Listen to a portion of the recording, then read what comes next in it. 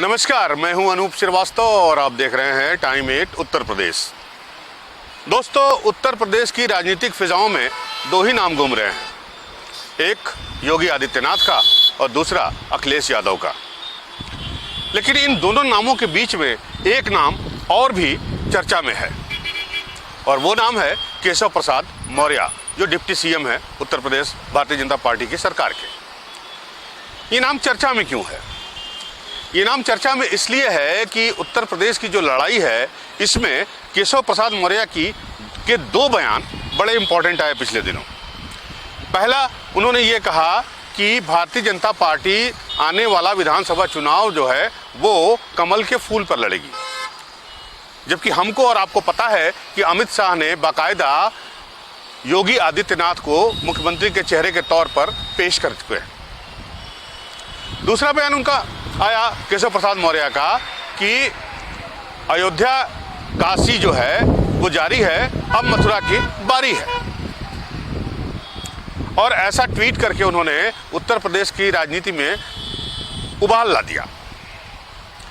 वजह क्या है? केशव प्रसाद मौर्य की इंपॉर्टेंस क्या है? तो थोड़ा सा इसके लिए हमें पीछे जाना पड़ेगा।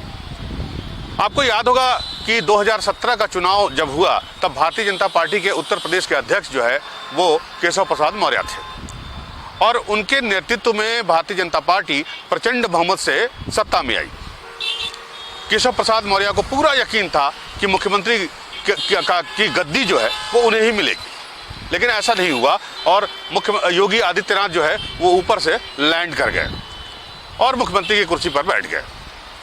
उसके बाद से जो टसन शुरू हुआ योगी आदित्यनाथ और केशव प्रसाद मौर्य में, वो बदस्तूर जारी है। केशव प्रसाद मौर्य को किनारे कर दिया गया। योगी आदित्यनाथ जो है उनके विभागों में ऐसे अफसरों की नियुक्ति की जो सीधे उनको रिपोर्ट करते थे। उनकी योजनाओं को लंबित किया जाने लगा, उनकी योजनाओं में अड़ंगा डाला गया।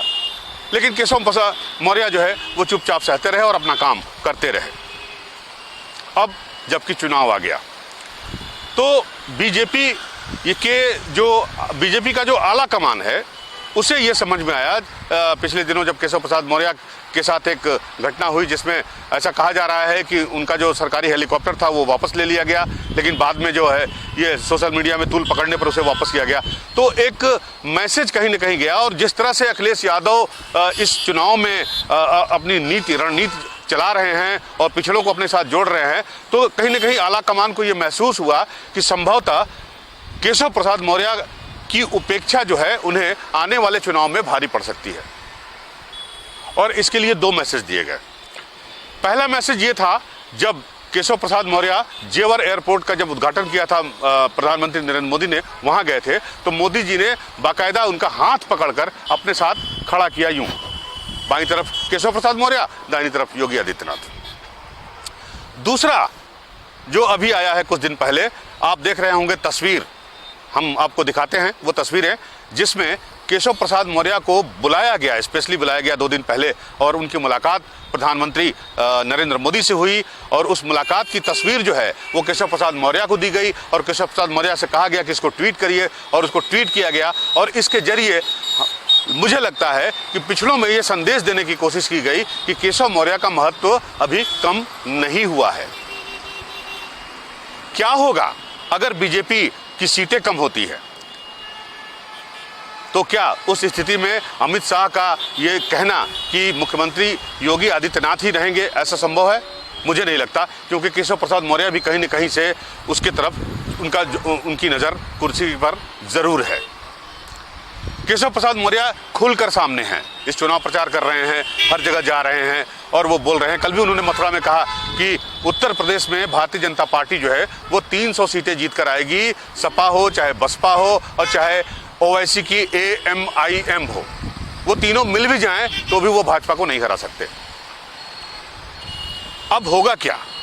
अंदर खाने की खबर यह है कि केशव प्रसाद मौर्य से ये कहा गया है कि आप पूरी ताकत से जुट जाइए, चुनाव प्रचार करिए और आपका जो इम्पोर्टेंस है, आपकी जो महत्ता है, वो उसको बरकरार रखा जाएगा।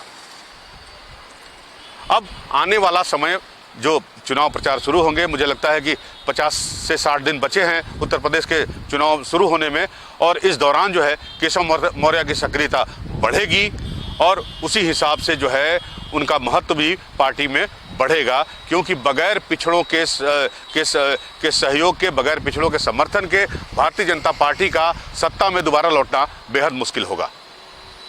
और इसीलिए केशव मौर्य पर भी एक अप्रत्यक्ष तरीके से दांव खेला जा रहा है। तो दोस्तों, ये थी एनालिसिस आज की। आप देखते रहिए टाइम 8, उसे लाइक करिए, सब्सक्राइब करिए, फिर मिलते हैं आपसे।